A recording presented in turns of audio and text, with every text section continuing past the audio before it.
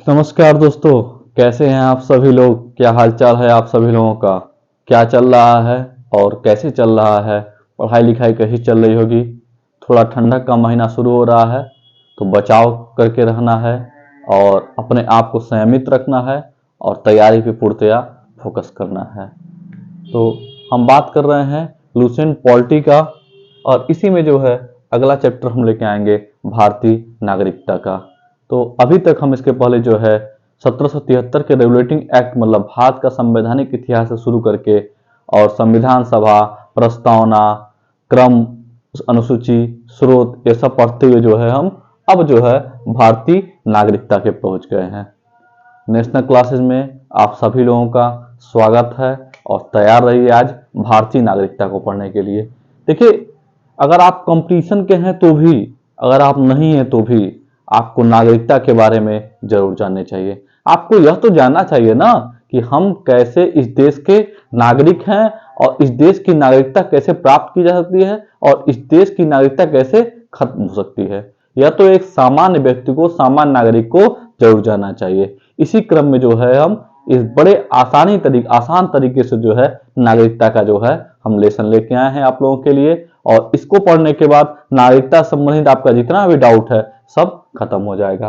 तो देखिए, भारतीय नागरिकता की बात हम शुरू करते हैं। तो जानते हैं संविधान के भाग 2 में है, अनुच्छेद 5 से 11 तक है। यह बड़ा इंपॉर्टेंट है। अगर आपको ध्यान है, अगर आपको पिछली परीक्षाओं के प्रश्न याद है तो यही से पूछ दिया जाएगा किस भाग में है, तो आपको बताना है भाग 2 में है। किस अनुच्छेद में है, तो अनुच्छेद 5 से 11 जो है नागरिकता है। इसके पहले जो है अनुच्छेदों को हम राज्य एवं संघ क्षेत्र में पढ़ चुके हैं। तो अनुच्छेद 5 से 11 जो है नागरिकता है और भाग 2 में जो है संविधान में इसका बहुत बेहतरीन तरीके से व्याख्या किया गया है। ठीक, जब भी आप कोई फॉर्म भरते होंगे तो सिटीजनशिप पूछता होगा तो आप इंडियन डालते होंगे, भारतीय नागरिकता की बात करते होंगे। ठीक, आइए बात आगे बढ़ते हैं। तो नागरिकता में भाग 2 से नागरिकता है और अनुच्छेद 5 से 11 जो है भारतीय नागरिकता है। देखिए, एकल नागरिकता का प्रावधान, भारत में सारी बातें जो है भारतीय संदर्भ में हम करेंगे, इस बात को आप ध्यान दीजिएगा। एकल नागरिकता का प्रावधान है।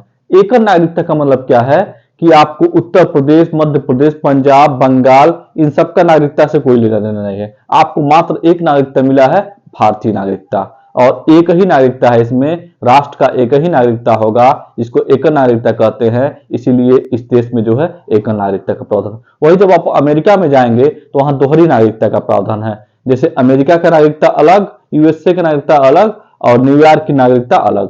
तो यहाँ पे इस तरह का कोई मतलब नहीं है। यहाँ पे एक ही नागरिकता है, चाहे आप जम्मू कश्मीर में हो, चाहे आप उत्तर प्रदेश में हो, चाहे मध्य प्रदेश, हिमाचल प्रदेश, बंगाल, उत्तराखंड, कहीं भी आप जाएंगे आपके लिए एक ही नागरिकता है। कोई यह नहीं पूछेगा आप किस राज्य के नागरिक है। लोग एक ही चीज जानेंगे कि आप भारत के नागरिक है कि नहीं। तो आपको यह गर्व के साथ बताना चाहिए कि हाँ, हम भारतीय नागरिक हैं। ठीक, देखिए, भारतीय नागरिकता का प्रावधान जो है भारतीय नागरिकता अधिनियम 1955 में जो है वर्णित है। इसमें समय समय पे संशोधन हुए हैं, उन संशोधनों पे भी हम बातचीत करेंगे। तो भारतीय नागरिकता अधिनियम 1955 के अनुसार निम्न में से किसी एक आधार पर जो है नागरिकता प्राप्त की जा सकती है। तो भारतीय नागरिकता को जो है भारतीय नागरिकता अधिनियम 1955 में व्यक्त किया गया है और इसमें बताया गया है कि किन किन आधारों पर जो है भारत की नागरिकता आप प्राप्त कर सकते हैं और किन आधारों पर जो है आपकी भारतीय नागरिकता खत्म हो सकती है। तो देखिए, 5 प्रावधान किए गए हैं, आपको जो है ध्यान देना है। 5 प्रावधान, पहला जन्म से है, दूसरा वंश से है, तीसरा देशीकरण द्वारा नागरिकता है, चौथा पंजीकरण द्वारा है और पांचवा जो है भूमि विस्तार द्वारा है। इन्हीं 5 नागरिकताओं में जो है आपकी 5 प्रावधानों में आपकी नागरिकता आ जाएगी। आप देख लीजिए, आप लोग भी देख लीजिए कि आपकी नागरिकता क्या है और किसमें आता है आपकी नागरिकता। ठीक, तो हम इस 5 प्रावधानों पे अब बात करने जा रहे हैं। हमारी चर्चा अब शुरू होगी इन 5 प्रावधानों पे कि कैसे जो है भारतीय नागरिकता कोई प्राप्त कर सकता है और कैसे हम मानेंगे कि कोई भारतीय नागरिक है। तो पहला प्रावधान क्या है? जन्म से। जन्म से मतलब अगर शिशु जो है जन्म लेता है तो उससे जो है क्या प्रावधान नागरिकता का?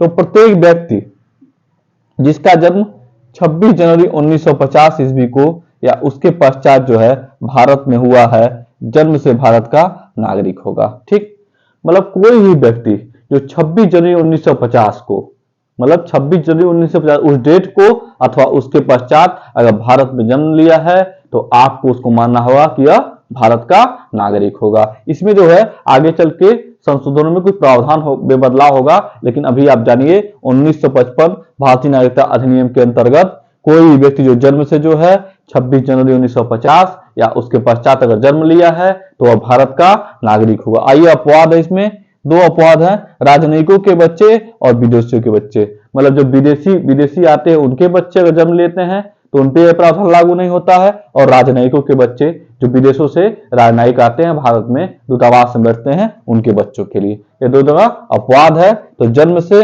पहला क्लियर हो गया आपको, 26 जनवरी 1950 या 26 जनवरी 1950 के पश्चात जो भी जन्म लिया है वह भारतीय संविधान के अनुसार जो है भारतीय नागरिकता का प्राप्त कर लेगा, भारतीय नागरिकता अधिनियम 1955 के अनुसार। ठीक, दूसरा देखिए वंश पे बात आएगी, वंश परंपरा पे बात आएगी। तो वंश परंपरा द्वारा नागरिकता की बात आती है तो इसमें क्या होता है, भारत के बाहर अन्य देश में 26 जनवरी 1950 के पश्चात जन्म लेने वाला व्यक्ति भारत का नागरिक माना जाएगा यदि उसके जन्म के समय उसके माता पिता में से कोई भारत का नागरिक होगा। देखिए 26 जनवरी 1950 की डेट को आप बहुत क्रिस्टल क्लियर कर लीजिएगा।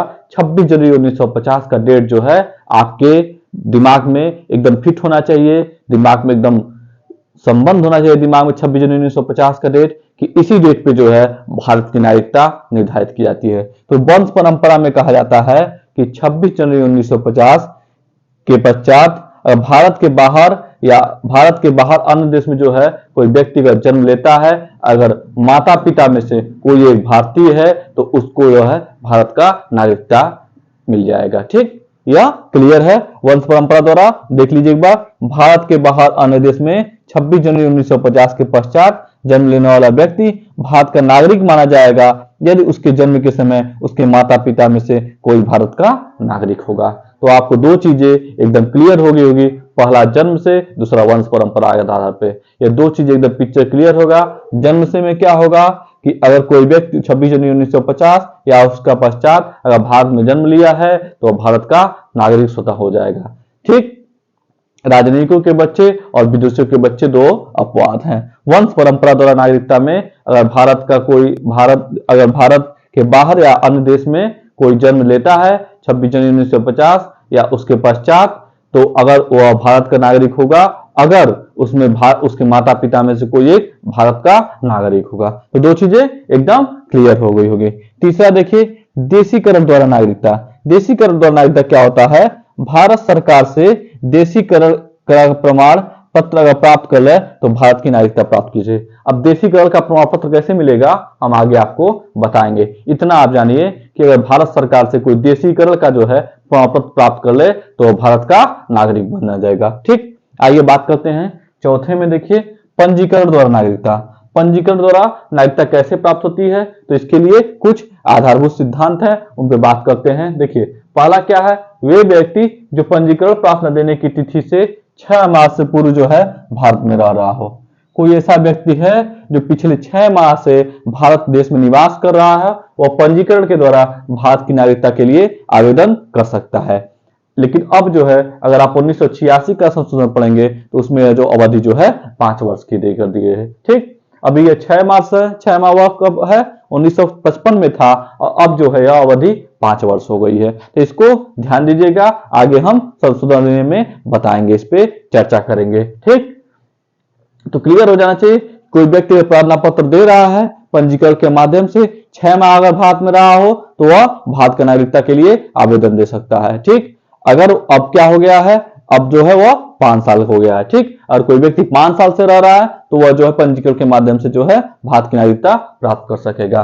वे भारतीय जो अविभाज्य भारत मतलब 1947 के पहले जब भारत विभाजित नहीं हुआ था, भारत एक ही था, भारत और पाकिस्तान सब एक ही थे, तो कहता है कि वे भारतीय जो अविभाज्य भारत से बाहर किसी देश में निवास कर रहे हो वो भारत के नागरिक माने जाएंगे। मतलब अगर 1945-47 के पहले का कोई व्यक्ति है, भारत जब विभाजित नहीं हुआ था और वह किसी अन्य देश में निवास कर रहा है तो भी जो वह भारत का नागरिक माना जाएगा। तीसरा देखिए, वे स्त्रियां जो भारतीयों से विवाह कर चुकी हैं या करेंगी भारत की नागरिक मानेंगी।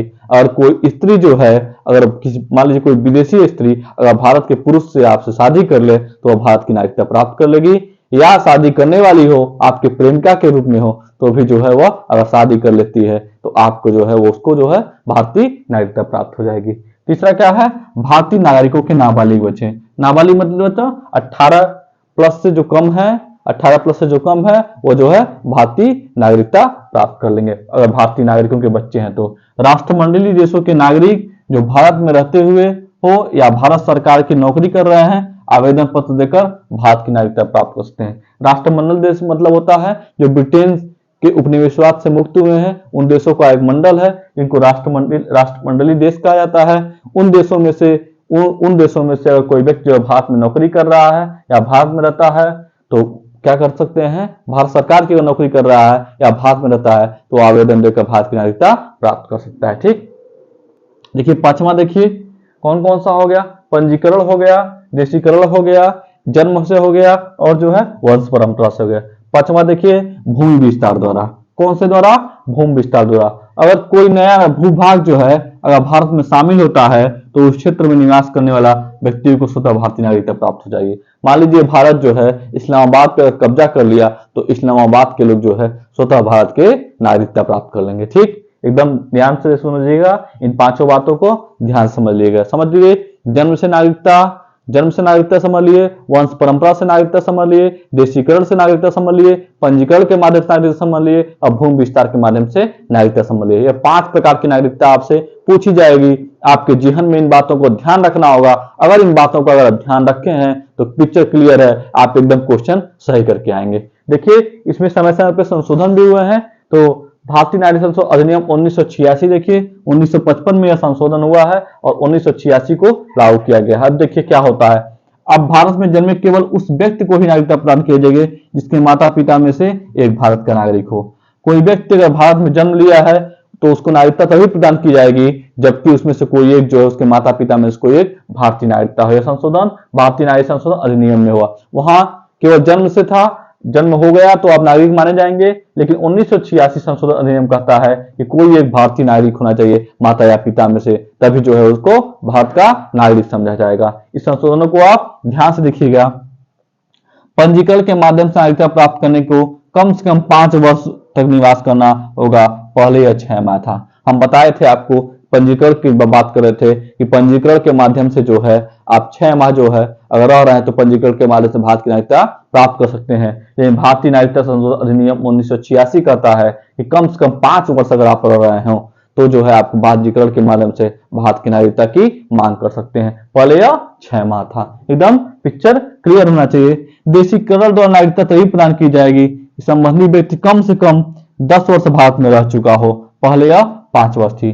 देखिए देशीकरण के द्वारा नागरिकता तभी प्रदान की जाएगी जब संबंधी व्यक्ति कम से कम 10 वर्ष रह चुका हो। 10 वर्ष अगर भारत में रह गया है तो देशीकरण नागरिकता के माध्यम से जो है वह नागरिकता की डिमांड कर सकता है, मतलब आवेदन कर सकता है। पहले यह जो था यह 5 वर्ष था। ठीक, तो यह भारतीय नागरिक संशोधन अधिनियम 1986 की बात है।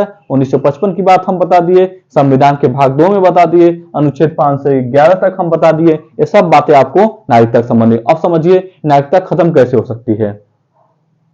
परित्याग करने से। भारतीय नागरिकता का अंत कैसे होता है, परित्याग करने से। मान लीजिए आप भारतीय नागरिक हैं, आप यूएस में जाके बस गए और वहां की नागरिकता आप ले लिए और यहाँ की नागरिकता आप छोड़ दिए, तो यहाँ की नागरिकता अगर आप त्याग दिए तो आप भारतीय नागरिकता आपकी खत्म हो जाएगी। अन्य देश की नागरिकता स्वीकार कर लेने से। मान लीजिए आप ब्रिटेन में गए और ब्रिटेन की नागरिकता स्वीकार कर लिए तो यहाँ की नागरिकता आपकी स्वतः खत्म हो जाएगी। ठीक, क्योंकि यहाँ पे दोहरी नागरिकता का कोई प्रावधान नहीं है। सरकार द्वारा नागरिकता छीनने से। अगर सरकार को लगता है कि आप जो है उसके किसी ऐसे चीज में शामिल हैं जो सरकार के विरुद्ध है, जो भारत के विरुद्ध है, तो भारत सरकार आपको विधि के द्वारा जो है आपकी नागरिकता छीन सकती है। ठीक, तो नागरिकता में यही सब बातें हैं और इन सब बातों को बहुत अच्छे तरीके से हमने समझा दिया। अब बड़े बड़ी किताबें पढ़ेंगे, बड़ी बड़ी चीजें पढ़ेंगे, नहीं समझ पाएंगे, लेकिन हम आपको नागरिकता बहुत सिंपलिसिटी से, बहुत साधारण तरीके से समझा दिया। अब हम इसके अगले टॉपिक में पढ़ेंगे मूल अधिकार। क्या चीज, मूल अधिकार की बात हम करेंगे अब अगले टॉपिक में।